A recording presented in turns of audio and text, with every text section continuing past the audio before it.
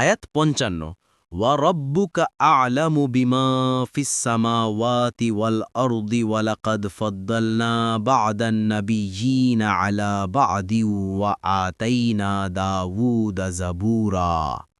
অনুবাদ, আর যারা আসমানসমূহ ও জমিনে আছে তাদের সম্পর্কে আপনার রব অধিক অবগত। আর অবশ্যই আমরা নবীগণের কিছু সংখ্যকের ওপর মর্যাদা দিয়েছি এবং দাউদকে দিয়েছি জাবুর। ১ নম্বর ফুটনোটের বিবরণ। জাবুর আল্লাহর পক্ষ থেকে নাজিলকৃত একটি গ্রন্থ।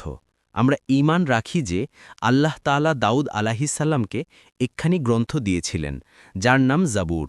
তবে বর্তমানে বাইবেলে যে দাউদের সঙ্গীত নামে অভিহিত অংশ আছে তা তার গ্রন্থ বলা যাবে না, কারণ এর পক্ষে সুস্পষ্ট কোনো প্রমাণ নেই।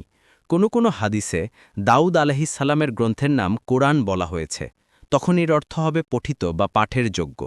হাদিসে এসেছে রাসূলুল্লাহ সাল্লাল্লাহু আলাইহি ওয়াসাল্লাম বলেছেন, দাউদ এর ওপর কোরআন সহজ করে দেওয়া হয়েছিল। তিনি তার বাহনের লাগাম লাগাতে নির্দেশ দিতেন, তারা তা লাগিয়ে শেষ করার আগেই তিনি তা পড়া শেষ করে ফেলতেন।